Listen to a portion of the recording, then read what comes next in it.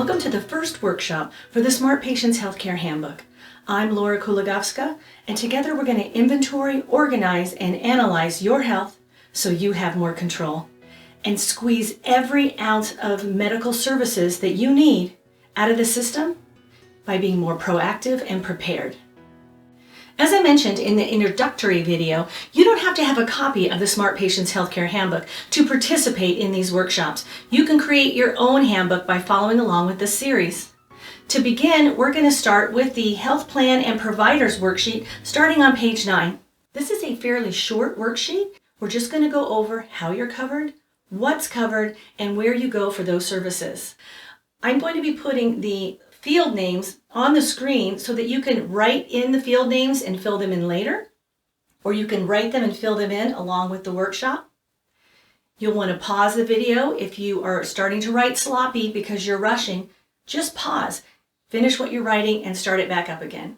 And if you have a copy of the Smart Patients Healthcare Handbook, you may have already completed many of the worksheets, and you're just here to get additional tips and information that can help you make your planning strategies unique to you and maybe find some information that you neglected to put in your workbook. You may have found tips and ideas that work for you that may also be helpful and useful for others. Please share that information in the comment section. I'm hoping that we can create a community of other people who are interested in being more proactive and organized with their health strategy. Sharing tips and ideas will go a long way to helping the whole community be more proactive. The first section we're going to go over is your health coverage. Now, I've labeled it insurance, but you can call it a plan. You can call it anything you like. In the United States, most people are covered with some form of insurance. I have an insurance policy through my work where I pay $150 a month and my employer makes up the balance. Some people's employers pay for all of their insurance, and then there's another group of people in the United States, that is, that have free health care because they fall under a certain income level and they would be part of that Medicaid system. There are people over the age of 65 that qualify for the Medicare system, and then there are veterans who have the VA or TRICARE. Now, if you have Medicare, TRICARE, or Medicaid, there are services that might not be covered, and you may have to have a backup policy or come out of pocket. So with the plan listing up above, you're going to put in your primary health coverage. And that could be an insurance company. It could be, again, Medicare, Medicaid, or TRICARE. If you're in another country, not that many people from other countries would probably be watching this video, but if there is one person on a single payer, then you would write how that is covered. And maybe instead of a policy number, you have a registration number or an ID number. And you're going to fill in the web address and the phone number. And then I've left 4 lines of notes. And the notes are where you're going to put your secondary policy. So if you had Medicare and a gap policy, you would put that there. Or if you had Medicare and your backup policy is TRICARE, you would put that there. If your insurance is with your spouse and then you have a backup plan at your work as a secondary, you would put that there. I think that's all that I can think of. For me, I just have the one insurance. So in my notes section, I have put my deductible for in-network and my percentages of copays for in-network. And then I've put my deductible for out-of-network and those percentages. That's all I have to say about coverage for now. We're going to move on to the next section of the worksheets now. So if you haven't finished filling in your health coverage information, you might want to pause the video here. The next section is where we're going to put your primary care physician. You might refer to them also as a general practitioner. Some policies or health coverage programs require that you go to your GP or your primary before you can be let to other specialists within the network. If that's the case, you might even want to write above that doctor's name that they're the gatekeeper because you have to go through them to get to other health care. That's if your policy is designed that way.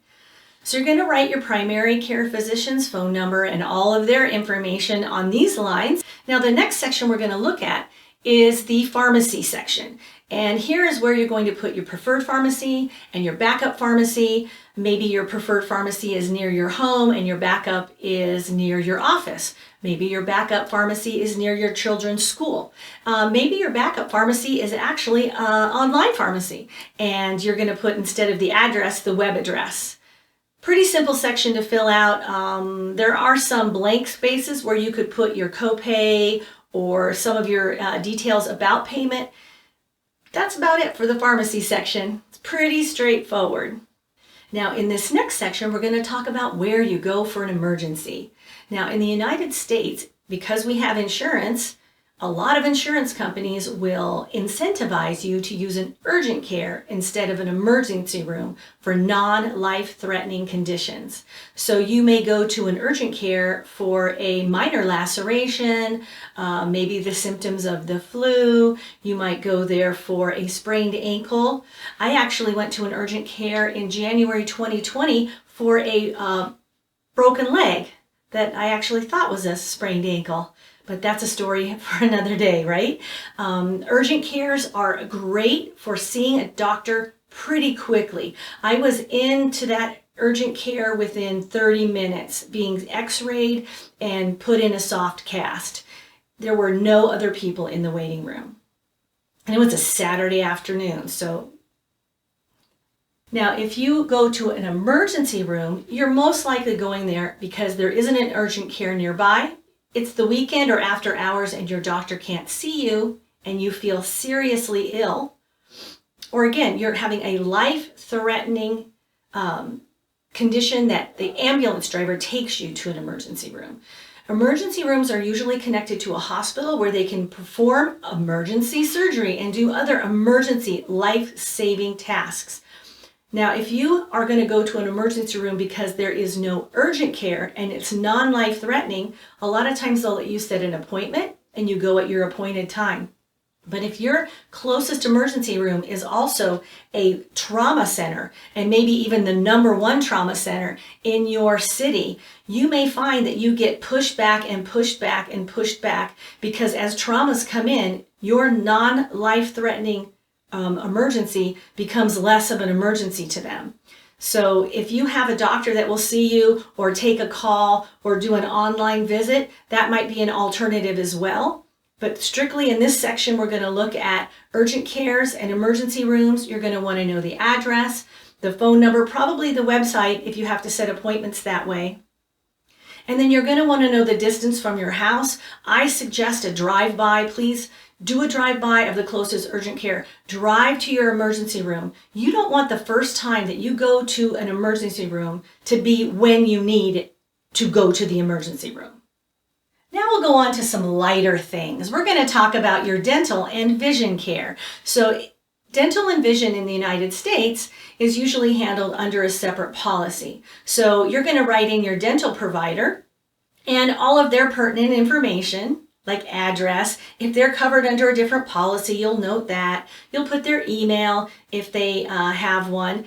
And that's pretty much it for dentists.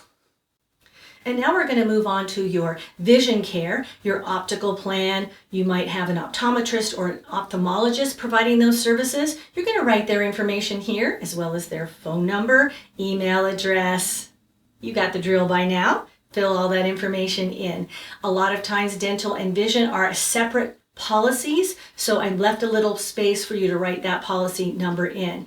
And some people just pay out of pocket for that care, and you could even write where it says policy number out of pocket.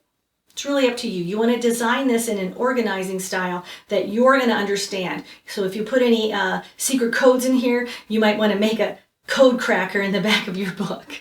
Now we're getting to the home stretch now, because all the other information we're going to put in are your current health specialist, your actual doctors that are providing you services that are not your primary, not your dentist, and not your eye doctor. So all your other doctors are going to go here. And in the handbook, I prompted some information there for chiropractic and psychological care. So this is where you're going to put in this information here. These fields are what you're going to fill in for each doctor. And there is space in the workbook for you to write additional information if you want to. And if you're doing a DIY, remember you can leave as many spaces as you want in between this data, and you can write it into your workbook however you like. So this is where we're going to list all our specialists, and you may put in their professional title. Chiropractor, maybe you have an acupuncturist, you could have a massage therapist or a physical therapist that you would write in here along with all of their contact information. If you're getting some psychological care from a psychiatrist or a psychologist, you might not feel comfortable writing that in. Maybe you want to use the terms counselor, therapist, or coach. A lot of people have anxiety about having some kind of psychological care. They shouldn't have anxiety about it, but that doesn't mean they don't have anxiety about it. And if you do feel uncomfortable writing something like that in a book, then again, come up with a code, maybe call them an MT, mental therapist, or again, use those terms, counselor, therapist, coach, or you may want to write down what kind of care you're getting or what that specialist is doing based on a body part, a function of the body, or a symptom. So you could put, where it says specialist, you could put breathing, joints, digestion. You could put allergies or fatigue. You could put skin, brain, stomach. I mean, I would rather write stomach than gastroenterologist. Whatever organizing system best works for you and your style, because this is going to be your reference book for all this information. And on a final note, before we close this workshop, I'd just like to say that another piece of homework that you can do besides filling all this out is also go into your phone and create a list of all of these phone numbers. So now you have a little bit of homework to do, not too much, and I hope you join me in the next workshop where we will go over your health history. I promise you, filling these worksheets in the beginning is going to help you with your health strategies moving forward. And there's just a few worksheets that we have to fill in this kind of boring, rote manner before we get into how to use these worksheets as a reference and what to do at the doctor each and every time you go. So thanks for joining me. And again, I hope to see you in the next workshop. Bye for now.